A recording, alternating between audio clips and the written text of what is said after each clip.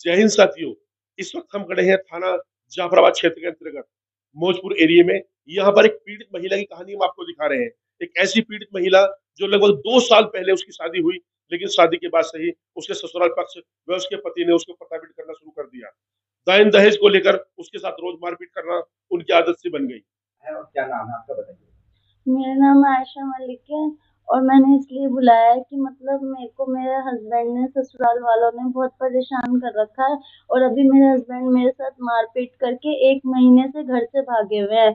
और जबकि मैं यहाँ पर अकेली रह रही हूँ, वो धोखे से मेरे को रेंट के घर पे ले आए और यहाँ पर लाकर मेरे साथ मारपीट करके घर से भागे हुए हैं। 1 महीने से ना वो कोई खबर ले रहे हैं और मैं उनसे कोई भी कांटेक्ट करने की कोशिश कर रही हूँ तो उन्होंने मेरे नंबर, मेरे और मेरे घर वालों के नंबर भी ब्लॉक कर रखे हैं।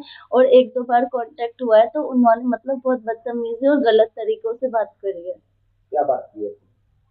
मतलब कि मैंने उनको बोला था घर आने के लिए, तो उन्होंने मुझ पर चोरी के भी इल्जाम लगाए कि मैं बहुत पैसा रख कर आया हूँ, ये कर आया हूँ। और बहुत भद्दे तरीके से बात करी, गाली गलौज कि तू खराब औरत है, तू गंदी औरत है और मैं तेरे साथ नहीं रहूंगा और मेरे घर वाले भी तुझे पसंद नहीं करते, इसीलिए क्या मेरे को नाम है तेरे। आपके पति का? साबिर मलिक। साबिर मलिक कहाँ रहते हैं, कहाँ के रहने वाले हैं ये? मौजपुर के। भोजपुर में पूरा एड्रेस बताइए उनका, क्या होगा? 31 बट्टा 69 मेन रोड मौजपुर, नियर दरबार होटल, मेट्रो प्लान नंबर 203 के सामने। तो आयशा, जानना चाह रहे थे कि जितनी आप हमें बता रहे हैं कि इतनी बात आपने पुलिस को भी बताई है? जी हाँ, मैंने पुलिस को भी कंप्लेंट करी है। वो उन्होंने मेरे साथ मारपीट करी, मेरी एमएलसी भी हुई। और 28 तारीख को भी मतलब हमारा काफी झगड़ा हुआ था।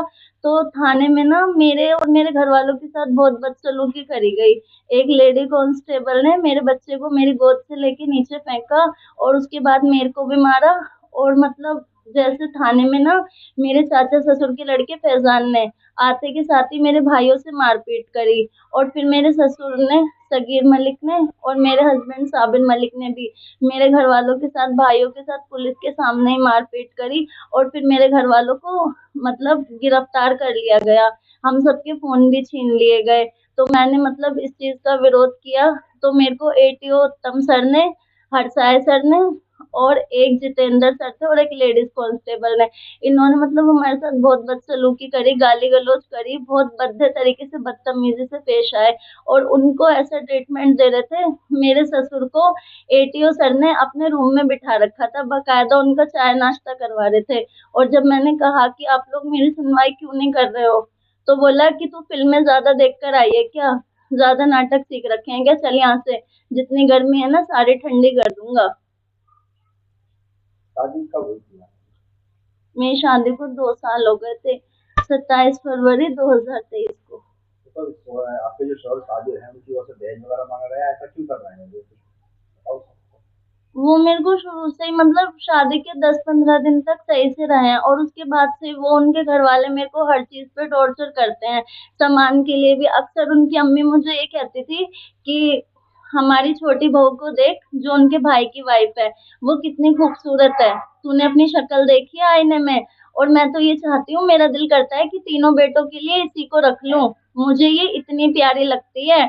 और तुम कहाँ और मेरा बेटा कहाँ, वो तो हम तुम्हें कर लाए, वरना तुम अभी कहीं किसी कोने में पड़ी हुई होती अपने घर के। तुम हो क्या हमारे सामने, और तुम्हारे माँ बाप ने तुम्हें दे के क्या भेजा है, ये वाली गाड़ी उठा के दे दी। और मेरे हस्बैंड ने भी मतलब मेरी शादी में स्विफ्ट कार दी गई है, तो मेरे हस्बैंड ने भी कई बार मुझसे इस चीज पर बहसबाजी करी है कि मुझे ये वाली गाड़ी नहीं चाहिए। स्विफ्ट कार पसंद नहीं थी तुम्हारे पति को? नहीं। तो क्या आयशा, बच्ची की उम्र कितनी है, बड़ी है, कितनी बड़ी बच्ची है आपके घर में, क्या बता रही हो? मेरी बेटी अभी 19 नवंबर को 1 साल की हुई है।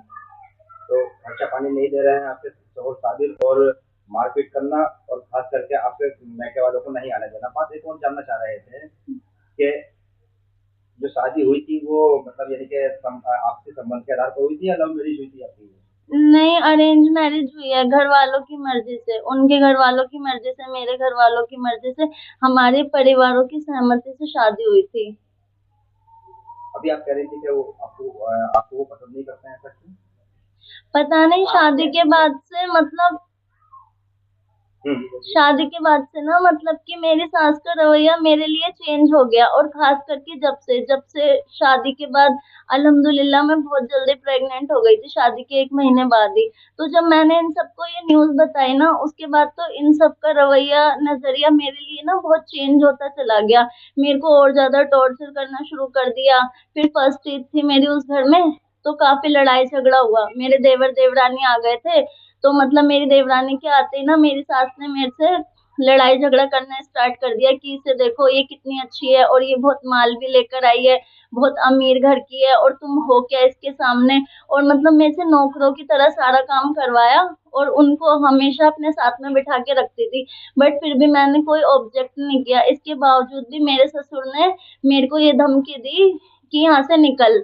मेरे हस्बैंड को बुला के ये बोला कि अगर इसको रखेगा तो तू भी यहाँ से निकल जा। अच्छा, फिर भी मैं ये जानना चाह रहा था कि जिस तरह से आप बता रही हैं सारी बातें, तो क्या इसके लिए किसी वकील से या किसी एनजीओ से आपने मुलाकात की या नहीं की कि भाई कोई आपकी हेल्प के लिए आगे को आए? मैंने 28 तारीख को जो झगड़ा हुआ था, उस दिन तो हमारा थाने से जबरदस्ती समझौता करवाया गया था। मुझे और मेरे घर वालों को बहुत टॉर्चर किया था, और फिर जबरदस्ती हमारा हरसाए सर ने, एटीओ सर ने धमकी दे दा के समझौता करवाया, और मैं घर पर आ गई। उसके बाद से मेरे हस्बैंड ने मेरे को बहुत ज्यादा टॉर्चर करना शुरू किया। फिर 15 तारीख को उन्होंने मेरे साथ बहुत बुरी तरीके से मारपीट करी, जिसमें मेरा पूरा फेस पे चोट वगैरह आ गई। तो मैंने जब अपने घर वालों की इस चीज से शिकायत करी, तो वो और ज्यादा भड़क गए मेरे ऊपर। और फिर 19 तारीख को हमारी बेटी का बर्थडे था, जब भी उन्होंने मतलब अपनी बेटी को भी ना गोद में लिया, ना उसको कोई विश किया, ना उसके लिए कुछ भी नहीं किया। और 19 तारीख की शाम मुझसे झगड़ा करके फिर वो घर ही नहीं आए। हमारा फोन पे झगड़ा हुआ, उसके बाद से वो घर पर ही नहीं आ रहे। तो मैंने उसके बाद आपा की एनजीओ, एक फहमीदा आपा है, उनकी एनजीओ में बात करी थी। तो उन्होंने मेरे हस्बैंड से कांटेक्ट किया। तो मेरे हस्बैंड ने फिर उनको ये बोला कि मैं इसको नहीं रखूंगा, मैं इसे तलाक दूंगा, मैं इसके साथ नहीं रहना चाहता। क्यों करना देना चाहते हैं?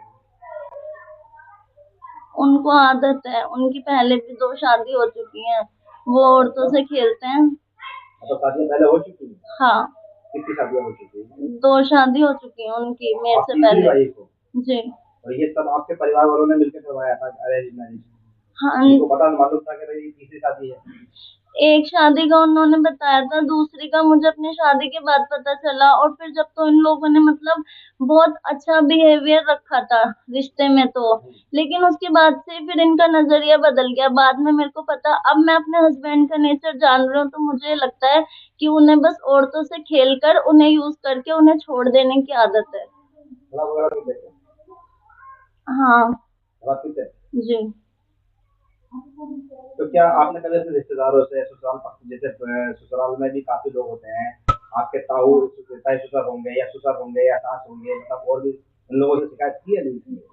मैंने बहुत शिकायत करी शुरू से ही। मैं पहले अपनी सास के साथ रहती थी, मैं अपनी सास से भी शिकायत करती थी, तो वो भी मेरे को चुप कर देती थी। उसके हम्म। बाद में फिर जब ये मामला थोड़ा ज्यादा बढ़ता गया, घरेलू लड़ाई झगड़े बढ़ गए, तो मेरे देवर जाकिर से मेरे भाई ने कांटेक्ट किया। तो 1-2 बार तो उन्होंने ठीक से बात करी, लेकिन उसके बाद उन्होंने भी धमकियां देनी शुरू कर दी। और मेरे हस्बैंड भी अक्सर मुझे धमकी देते हैं, मेरे देवर जाकिर का नाम लेकर, कि उसकी मोदी तक पहुंच है। और मैंने दो किस तक बीवी छोड़ पहुंचे? दी, मोदी तक। और मैंने 2 बीवी छोड़ दी, मेरा जब कुछ नहीं बिगड़ा।